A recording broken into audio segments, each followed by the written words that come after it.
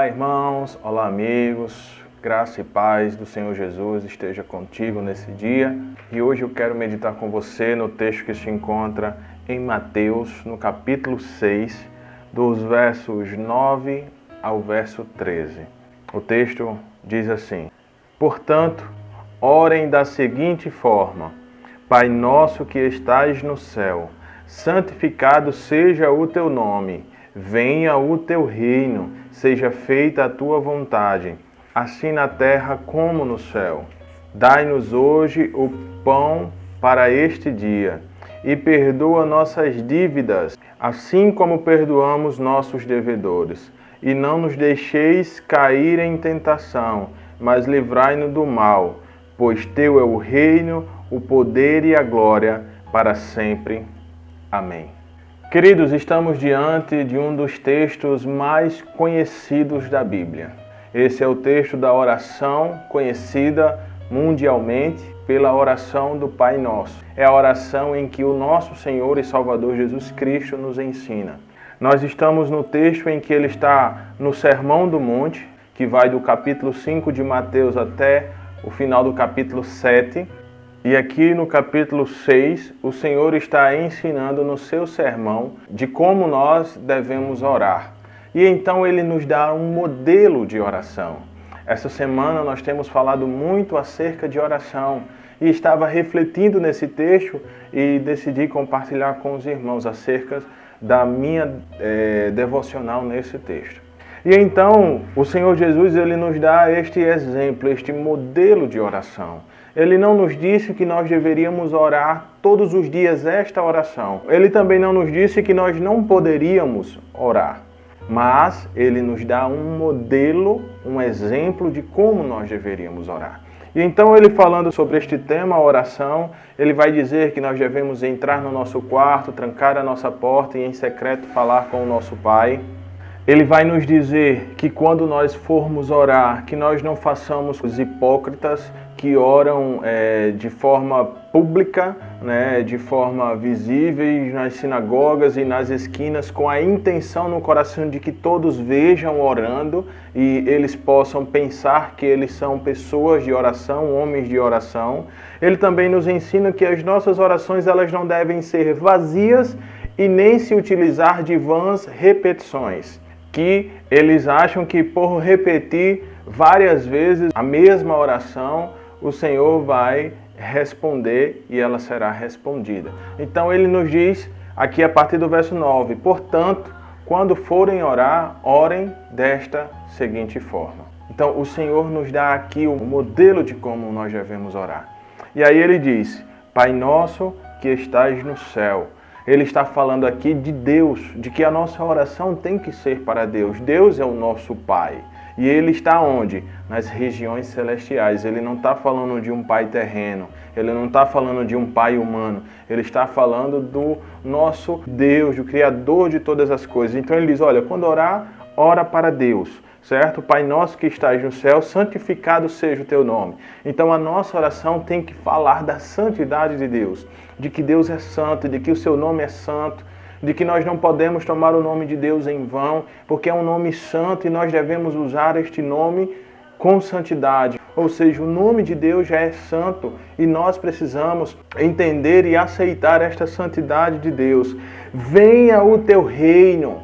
Ele está falando de um reino celestial, do reino pleno de Deus, de que esse reino está por vir. Então, quem ora para Deus, ele ora esperando este reino, ele aguarda, ele tem a esperança neste reino futuro de Deus. Então, a nossa oração deve sempre focar esta eternidade com o Senhor e aguardar pelo reino do Senhor. Você reconhece aqui que o Senhor é rei. Então, se Deus é rei, deixa Ele reinar na tua vida. Reconheça que Ele é rei e que Ele é soberano. Então você diz, olha, venha o teu reino. Se é dele o reino, então Ele é o rei. das nossas vidas e nós devemos a Ele obediência. E aí ele vai dizer, seja feita a tua vontade. Qual é a vontade de Deus? Romanos vai dizer que a vontade de Deus é boa, perfeita e agradável. Então, esta vontade do Senhor é a vontade dele que precisa ser estabelecida nas nossas vidas. Quando nós dizemos, venha o teu reino, nós estamos dizendo, Deus, o Senhor é aquele que reina e nós estamos te aguardando. Quando nós dizemos, seja feita a tua vontade, é que nós vamos nos submeter à vontade de Deus. É a vontade de Deus que precisa prevalecer em nossas vidas. E aí ele diz, olha, dai-nos hoje o pão nosso de cada dia. Cristo aqui nos ensina que na nossa oração nós precisamos reconhecer que o nosso Deus é aquele que provê as nossas necessidades. É inútil nós pensarmos que o nosso sustento vem das nossas próprias forças. Meu irmão, se você está de pé, porque Deus tem permitido. Deus tem um controle de todas as coisas, inclusive da minha e da sua vida. Então as nossas vidas estão nas mãos de Deus. E se Ele não nos der o fôlego de vida, nós não temos trabalho, nós não temos empresa, nós não temos salário, nós não temos o que comer. Deus é aquele que provê as nossas necessidades. Então que tenhamos este entendimento. E aí ele diz, e perdoa as nossas dívidas. Aqui o Senhor nos mostra que nós somos devedores. E essa dívida é uma dívida de pecado, de que nós não podíamos pagar. Então ele diz, olha, perdoa os nossos erros, perdoa as nossas falhas, perdoa as nossas dívidas. Este é o modelo que nós devemos usar nas nossas orações. E aqui vem uma comparação. Ele diz, olha, perdoa as nossas dívidas assim como nós perdoamos os nossos devedores. Imagina aí, irmãos, se Deus nos perdoar como nós perdoamos, o que seríamos de nós? Na verdade, muitas pessoas se apegam a esse texto e a outros textos bíblicos que falam de perdão, nos expõem esse texto nos mostrando que nós devemos perdoar. Mas essas mesmas pessoas, elas querem ser perdoadas, mas elas têm dificuldades em perdoar. E nós precisamos entender que nós precisamos perdoar e nós precisamos ser perdoados. Então, a comparação é, olha o que Cristo fez. Olha o perdão que Deus nos deu, nós precisamos perdoar. Então nós precisamos buscar de Deus forças para conseguirmos perdoar as pessoas que pecam contra nós, que nos machucam, que nos magoam. E aí ele diz, olha, perdoa os nossos erros, perdoa as nossas dívidas, assim como nós perdoamos quem nos tem ofendido, quem tem pecado contra nós. E aí ele pede então que Deus não nos deixe cair em tentação. E aí ele diz, e não nos deixeis cair em tentação. Nós sabemos que nós somos tentados todos os dias, de todos os lados, de diversas formas. Então ele pede para que nós não sejamos tentados, que ele nos livre da tentação. Porque a tentação pode nos levar à queda, ao pecado, ao fracasso. Então ele pede, olha, nos livra da tentação. E não nos deixeis cair em tentação, mas nos livra do mal.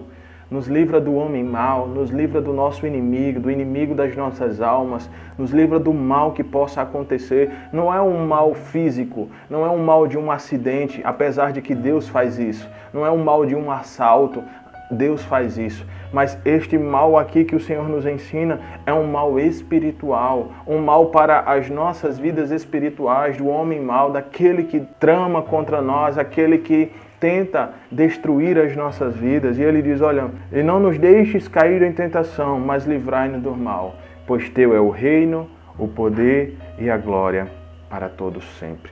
O Senhor nos mostra que de Deus é o reino celestial, o reino eterno, o reino das nossas vidas. Ele é o dono de todo o poder e a glória é dele, não é nossa, nunca será nossa, mas sim dele. Então, não há problemas, queridos, de usarmos esse texto para orarmos diariamente. Mas o que o Senhor nos dá é um modelo de oração, como nós devemos orar. E aqui o que ele diz, olha, não usa de vã repetições. O que Cristo está querendo dizer aqui é, não torna esse texto um mantra, sabe? Tem pessoas que tornam esse texto um amuleto, vai lá e ora esse texto e acha que está tudo bem, mas não tem o entendimento do texto e não ora com o sentido do texto. Ora de qualquer forma, ora de qualquer maneira. Ele simplesmente diz palavras soltas.